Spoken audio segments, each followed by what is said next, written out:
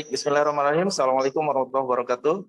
Kembali lagi dengan kami di segmen Jangan Salah Arah, channel Ahmad Nur Hidayat. Seperti biasa, kita akan membahas kembali topik seputar isu-isu yang sedang hangat dan kita kupas secara jernih. Untuk kali ini, kita akan membahas mengenai rancangan undang-undang ya, mengenai PPSK. Nah, ini ada hal yang kontroversial ya tentang pengembangan dan penguatan sektor keuangan atau PPSK ya. Nah, ini undang-undang tentang pengembangan dan penguatan. Ya, baik, seperti biasa kita ditemani oleh narasumber tetap kita, Bang Ahmad Nur Hidayat. Bang Matur udah siap ya? Siap, Bro Eko. Bro Eko gimana? Ya, siap Bang tentunya. Oke. Dan seperti biasa, host bisa menampilkan cuplikan video mengenai ini, silakan.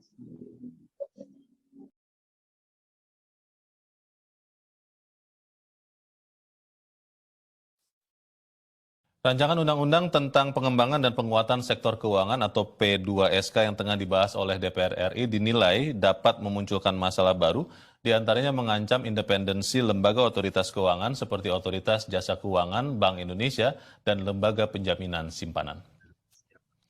Direktur Eksekutif CSIS, Jose Rizal Damuri, saat menggelar konferensi pers di gedung CSIS Tanah Abang, Jakarta menyebut, rancangan undang-undang tentang pengembangan dan penguatan sektor keuangan atau RUU P2SK bisa menjadi undang-undang sapu jagat jika sudah diterapkan.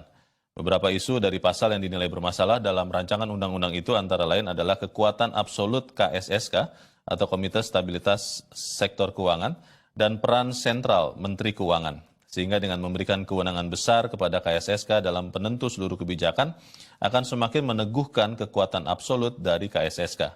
Hal itu dapat berimplikasi membuat lembaga otoritas lain seperti Bank Indonesia, Otoritas Jasa Keuangan, dan Lembaga Penjamin Simpanan berpeluang mengurangi kewenangan dan mengamputasi independensi karena mereka harus patuh pada peraturan yang disepakati KSSK atas nama menjaga kestabilan sistem keuangan.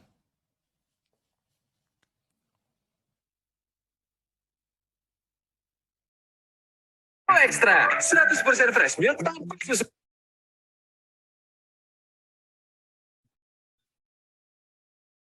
Bisa mute suaranya, Bro. Ya, baik.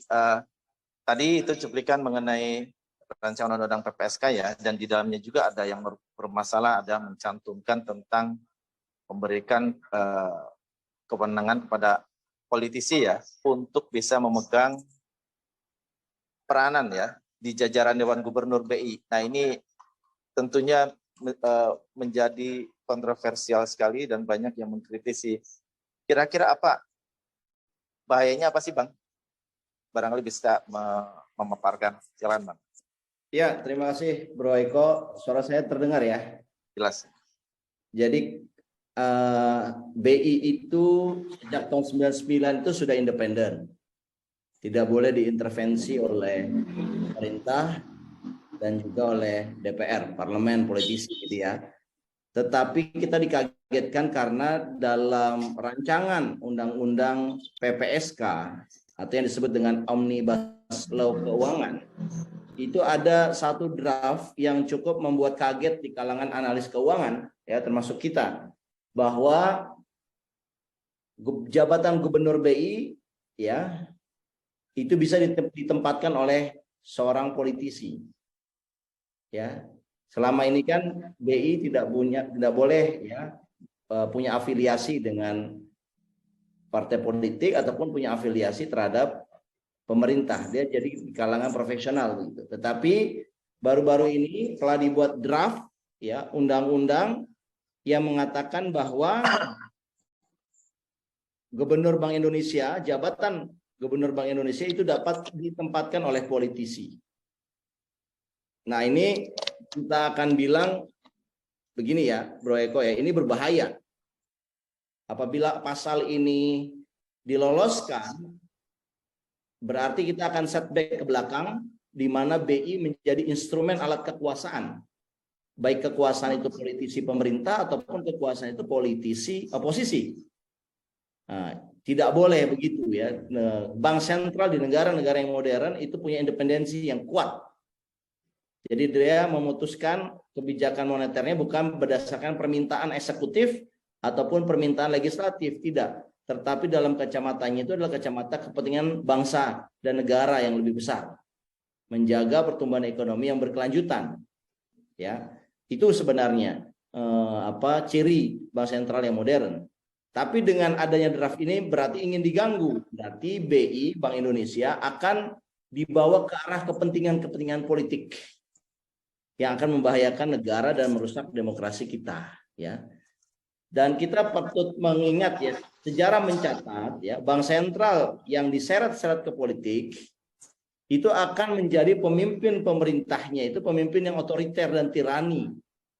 Contohnya adalah Bank Sentral Jerman, Bank Sentral Jepang, Bank Sentral Italia ya saat menjelang Perang Dunia Pertama dan menjelang Perang Dunia Kedua, di mana Bank Sentral itu ditunjuk langsung gubernurnya oleh Hitler, oleh Mussolini, ya, oleh Dewan Jenderal Jepang itu ditunjuk dan mereka diminta untuk printing money karena mereka mempersiapkan perang. Jadi persiapan perang yang paling murah adalah mencetak uang. Dan uang yang dicetak itu kemudian dibelikan perlengkapan senjata perang. Nah, ini adalah satu kemunduran ya. Kalau kita menerapkan seperti itu ya, nanti kita akan punya pemimpin yang tirani. Ya. Yang berikutnya, Bro Eko, saya ingin sampaikan bahwa personil BI ini perlu orang-orang yang fokus, ya, tidak terbagi dalam urusan-urusan lain. Tentunya tidak dibatasi oleh masa jabatan politis ya terkait dengan masa bakti pemerintahan hasil pemilu, sehingga ekspektasinya lebih matang dan membawa BI menjadi lebih baik. Apalagi ada penugasan berdasarkan pembagian jatah politik, maka keberadaan BI nanti akan terancam karena akan membuka kotak Pandora. Jabatan-jabatan tersebut dipegang oleh orang-orang yang tidak punya kompetensi. Ada kekhawatiran di kalangan masyarakat bahwa perubahan tersebut dapat melonggarkan disiplin moneter dan juga disiplin fiskal dan juga melemahkan lembaga-lembaga sektor keuangan yang lain yang independen.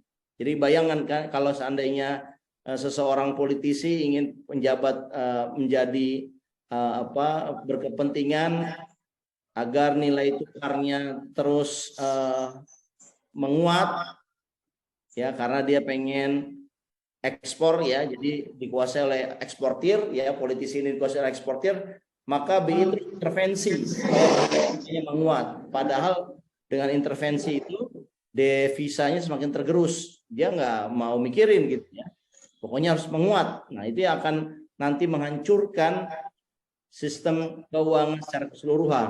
Nah itu kita tidak hendaki ya. Untuk itu rancangan undang-undang yang berisiko seperti ini ya bisa membahayakan negara, mengganggu stabilitas sektor keuangan. Ini harus ya publik harus menolak rancangan draft ini. Dan ini adalah bagian dari sumbangsi kita ya atas perdebatan publik bahwa pasal yang menyebutkan bahwa gubernur BI boleh ditempati oleh politisi ini harusnya tidak diperkenankan begitu ya untuk menjaga keselamatan Bank Indonesia dan juga keselamatan perekonomian Indonesia itu sendiri. Demikian, Bro. Ya, baik. Jadi terlepas dari apakah politisi ini punya ekspektasi atau tidak, itu kan tetap saja ada berpeluang ya Bang ya, berpeluang nanti dikhawatirkan ada orang yang tidak kompeten memegang itu karena main tunjuk ya Bang ya. Betul. Nah, dan tentunya kalau kita melihat bahwa ahli-ahli bidang keuangan ini ya tentu orang-orang yang fokus, yang ekspertasinya ya terus di sana begitu ya. Kalau seandainya diberikan kepada orang yang terlalu banyak atau terdistorsi perhatiannya untuk urusan-urusan lain, tentu ini sangat dikhawatirkan. Nanti tentunya fokus yang bias itu akan membuat lemah dari kebijakan-kebijakan moneter keuangan yang dilakukan begitu.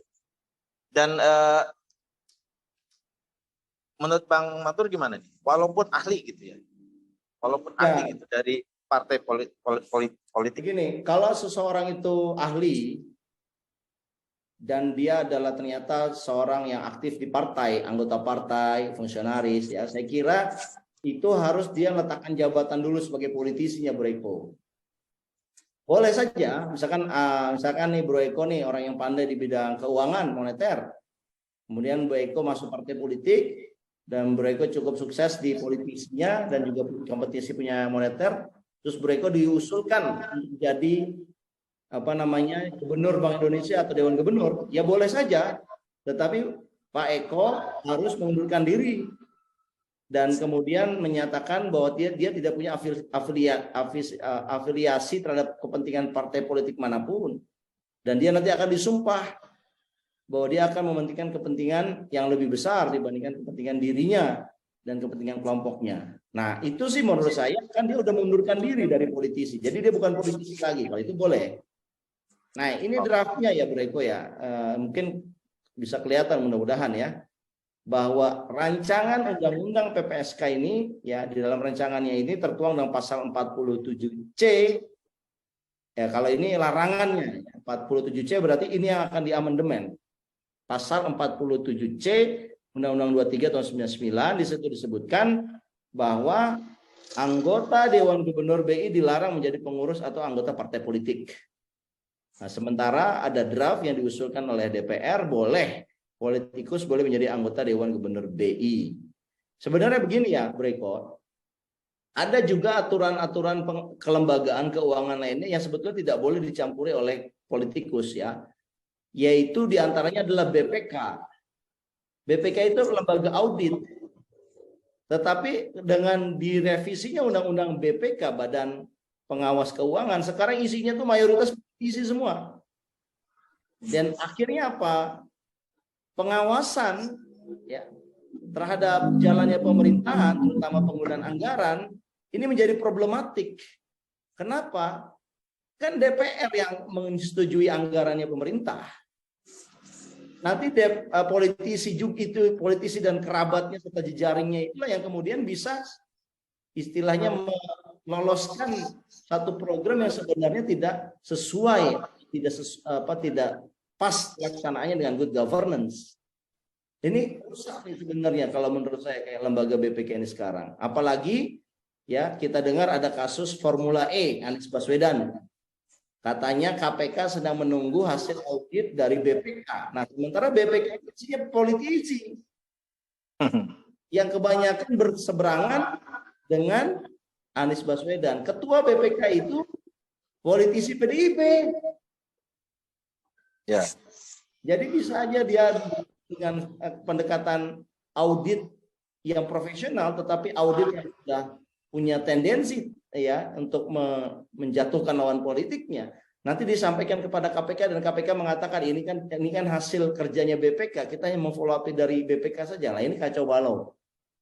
Dan menurut saya BPK itu kan sekarang sudah kacau balau karena isinya mayoritas adalah politikus. Ya, tidak ada temuan-temuan BPK ya sejak dipimpin oleh politikus nih yang ditindaklanjuti secara serius, yang kemudian semuanya diatur, semuanya dilakukan secara profesional, ini makin sulit kita temui. Gitu, Bro, kalau pendapat saya. Jadi singkatnya, dan ini menurut saya closing statement dari saya, Bro Eko, sebaiknya ide meloloskan politisi bisa menjadi anggota Dewan Gubernur BI ini sebaiknya dibatalkan, karena ini akan membuat semakin runyam sistem keuangan kita, dan pada akhirnya yang kita khawatirkan yang akan terjadi yaitu penggunaan BI untuk kepentingan politik tertentu, dan ini berbahaya. Dan sejarah mencatat BI yang sudah dikooptasi oleh penguasa, malah penguasa itulah yang menjadi tirani dan merusak ya banyak tatanan kemanusiaan. Saya kira itu Bro, kita akhiri. Saya kembalikan ke Bro. Ya, sangat clear saya kira ya, sangat jelas tadi argumentasinya. Terima kasih Bang Matur atas pencerahannya. Ya, saya kira pemirsa bisa memahami ya bahwa memang publik harus menyuarakan ini. Dan ini sangat membahayakan negara, dan diharapkan juga ada kesadaran bahwa lembaga-lembaga yang semestinya independen seperti OJK, MK ya, kemudian kejaksaan, Polri dan sebagainya ya, itu harus bersih dari politisi sehingga bisa secara objektif melakukan tugasnya, tidak diarahkan kepada kepentingan politik dan kekuasaan gitu. Ya, mungkin itu saja untuk topik kali ini, dan jangan lupa untuk like, share, komen, dan subscribe channel Ahmad Nur Hidayat untuk mendapatkan informasi konten-konten berikutnya. Terima kasih atas perhatiannya. Makasih Bang Matur atas paparannya. Billahi taufiq wal hidayah. Assalamualaikum warahmatullahi wabarakatuh. Sampai jumpa. Waalaikumsalam warahmatullahi wabarakatuh. Terima kasih Bu Eko, percakapan yang menarik. Terima kasih. Sampai jumpa. Siap.